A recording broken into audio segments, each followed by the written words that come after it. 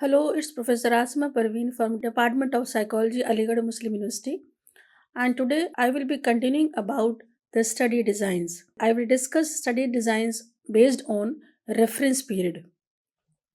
It is important to consider the duration of your study, also known as the reference period.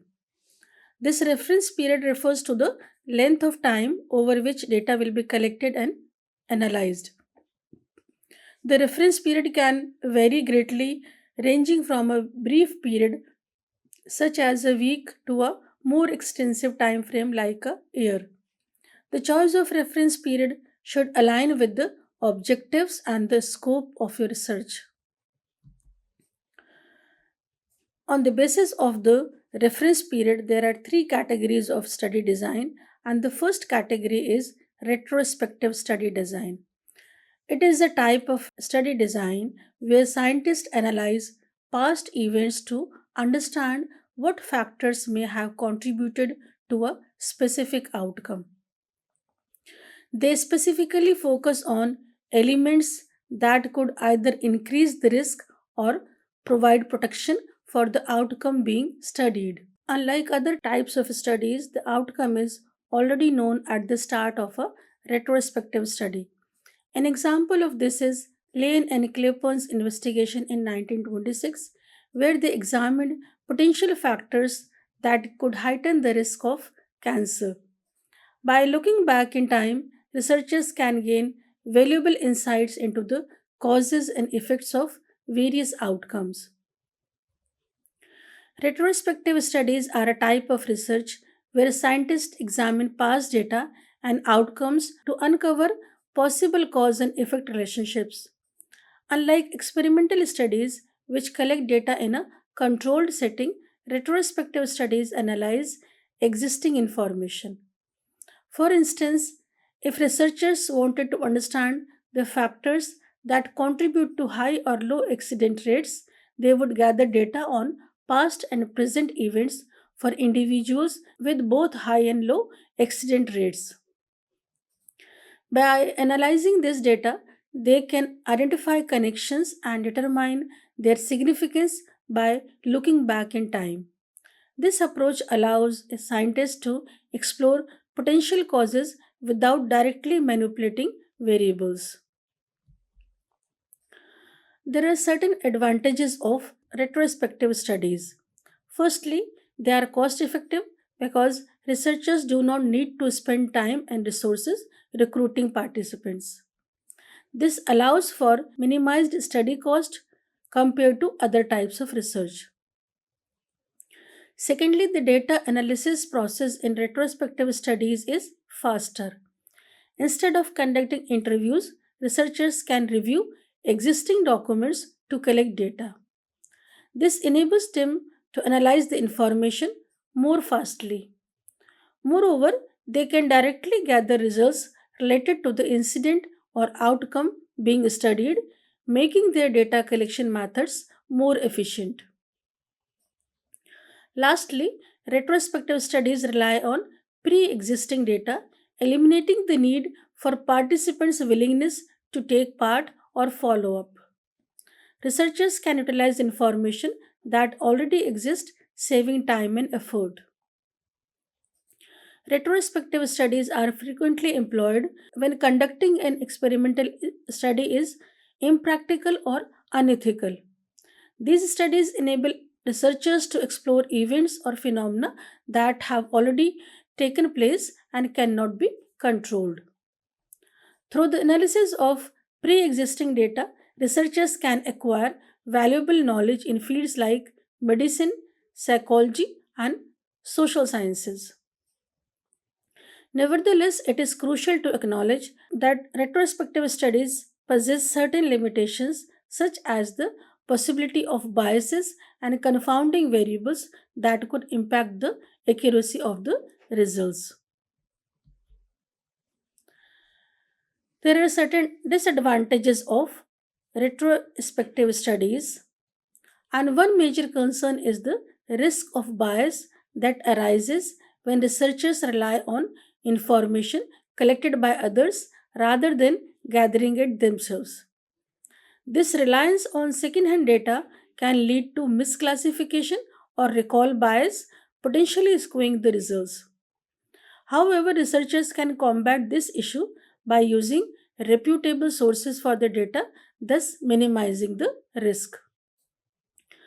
Another drawback of retrospective studies is the need for a large amount of data, especially when studying rare outcomes such as uncommon reactions to treatment. In order to draw conclusive results, researchers may have to invest more time and effort into collecting sufficient data. However, this also highlights the significance of their research in the field as it demonstrates the importance of understanding these rare occurrences. Furthermore, creating a comparison group can be a challenge in retrospective studies. Since these studies rely on existing data, it can be difficult to identify and establish a group that can be used for comparison purposes. This comparison group is crucial for understanding how participants who developed a medical condition differ from those who did not. Overcoming this challenge requires careful consideration and selection of appropriate comparison groups. Another limitation that must also be acknowledged is that these types of studies are unable to control all variables, meaning that there may be other factors at play that could potentially impact the results and make them less reliable. In essence, we can say that retrospective studies provide valuable insights but should be interpreted with caution due to their inherent limitations.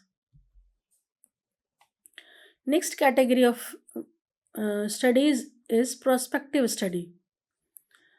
A prospective study is a type of scientific research that focuses on a specific medical topic.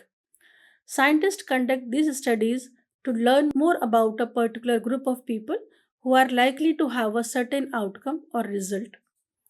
The goal is to collect and analyze data in order to develop new treatments or track the progression of a disease. Before participants actually develop the medical condition, researchers design the study, recruit participants, and gather information about their exposure to certain factors. For instance, if scientists want to understand how individuals at risk of contracting a specific virus might react whether exposed to it, they would conduct a prospective study. These studies often span a long period of time during which researchers maintain contact with participants or monitor their health to determine if they eventually develop the medical condition under investigation. This approach allows scientists to observe, analyze the effects of various factors on the development of diseases or outcomes. Prospective studies are valuable because they provide insights into the natural course of a disease or condition. So, by following participants over time, researchers can identify patterns, risk factors, and potential interventions. Additionally, these studies allow scientists to establish cause and effect relationships between exposure and outcomes. For example, by tracking a group of smokers over several years, researchers can determine if smoking increases the risk of developing lung cancer. Retrospective studies are a type of research studies where scientists review past medical incidents to gain a deeper understanding of them. Unlike prospective studies, which focus on predictive future events, retrospective studies use existing data to draw new conclusions about the outcomes they are interested in. The main purpose of a retrospective study is usually to add to existing research or provide more details about a recent discovery. By analyzing why something happened and explaining a recent event or finding, researchers can contribute valuable insights to the field. In contrast, prospective studies look towards the future and aim to predict if an event will occur. Both types of studies can be used by scientists to learn about a specific subject, but their approaches differ. For example, if researchers want to understand what caused an outbreak of an illness, they may choose to conduct a retrospective study. On the other hand, if they want to learn about the effects of treatments on patients who already have the illness, they may opt for a prospective study. Retrospective studies utilize existing information to identify a group of people who were prone to a certain medical condition. Researchers then study their exposure to the condition and outcome of their medical treatment. This allows them to analyze patterns and draw conclusions about the relationship between exposure and outcome. By using this approach, scientists can gain valuable insights into the development and progression of various medical conditions. Both retrospective and prospective types of studies have their own unique approaches and serve different purposes. Retrospective studies are particularly valuable when it comes to investigating the causes of an illness outbreak or understanding the impact of certain factors on a population. They allow scientists to analyze existing data and draw meaningful conclusions. Prospective studies, on the other hand, focus on predicting outcomes and understanding the effects of treatments on patients. They involve observing individuals over time and collecting data as events unfold. There are certain advantages of prospective studies. Firstly, these studies allow researchers to track changes in participants' health or behavior over time. By observing and documenting these changes, researchers can gain important insights into how certain conditions or diseases develop and progress. This longitudinal approach provides a more comprehensive understanding of the factors that contribute to the development of these health issues. Secondly, prospective studies minimize bias by collecting new data through observation and interviews. Unlike retrospective studies that rely on pre existing data sources, prospective studies give researchers more control over the data they collect. This reduces the likelihood of bias during data analysis, as researchers can ensure that the information gathered is accurate and reliable. Furthermore, prospective studies enable researchers to collect specific data on participants' exposure to certain factors. Since these studies are conducted in the present and future, researchers have the opportunity to gather detailed information about a participant's exposure to various factors. This allows for a more precise examination of the relationship between these factors and the development of specific conditions or diseases.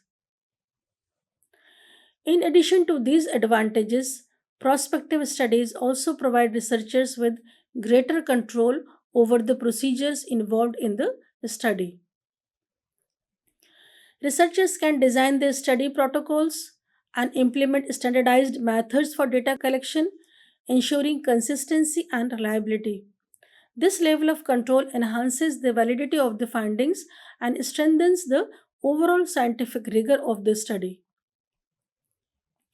Overall, prospective studies offer researchers a powerful tool for investigating the development and progression of conditions or diseases. By tracking participant changes, minimizing bias, collecting specific exposure data, and maintaining control over study procedures, researchers can obtain valuable insights that contribute to advancement in medical knowledge and improve patient care. These studies play an important role in shaping our understanding of health and guiding evidence based practices in healthcare.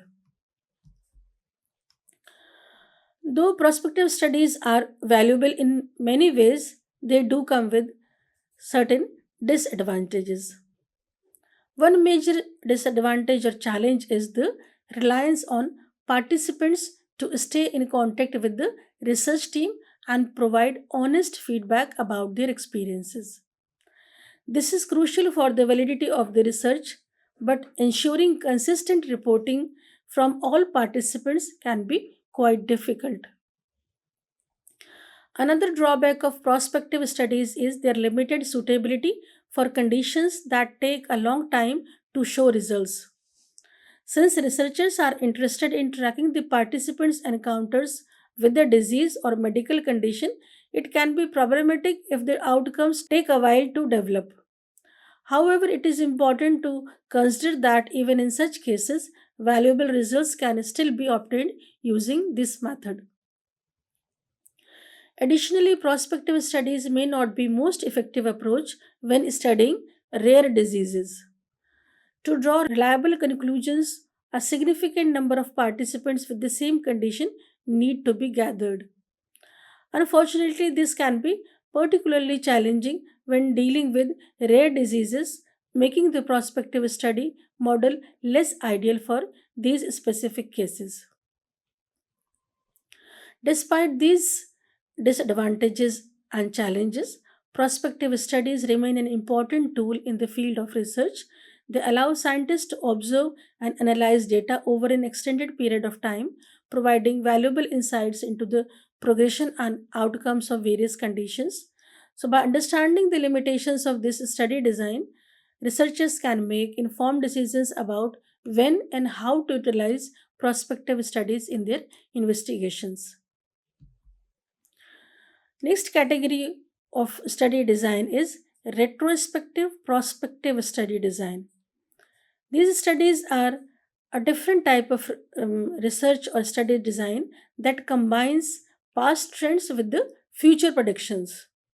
These studies begin by collecting data from existing records before any changes are made and then follow the individuals being studied to observe how these changes affect them.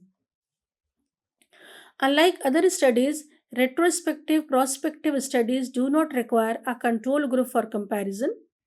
Instead, they focus on measuring the impact of a change by analyzing what happens before and after without comparing it to a group that did not experience the change.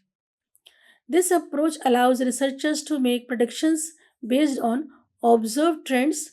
One example of a retrospective prospective study is examining how a new medication affects patients without comparing them to a group not taking the medication. By observing the outcomes of patients who receive the new medication, researchers can gain insights into its effectiveness and potential side effects.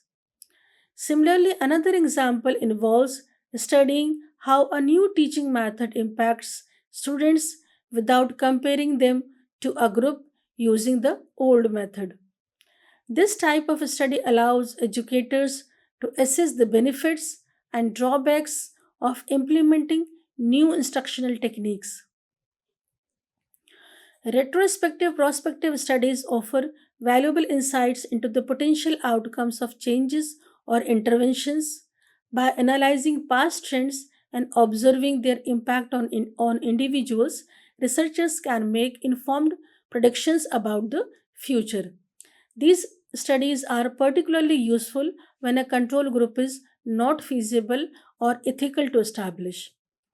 However, it is important to note that retrospective prospective studies have their limitations also. Without a control group, it can be challenging to determine the exact cause and effect relationship between the changes and its effects. Additionally, individual differences and external factors may influence the outcomes, making it difficult to interpret the results with caution. This is all for today. Thank you.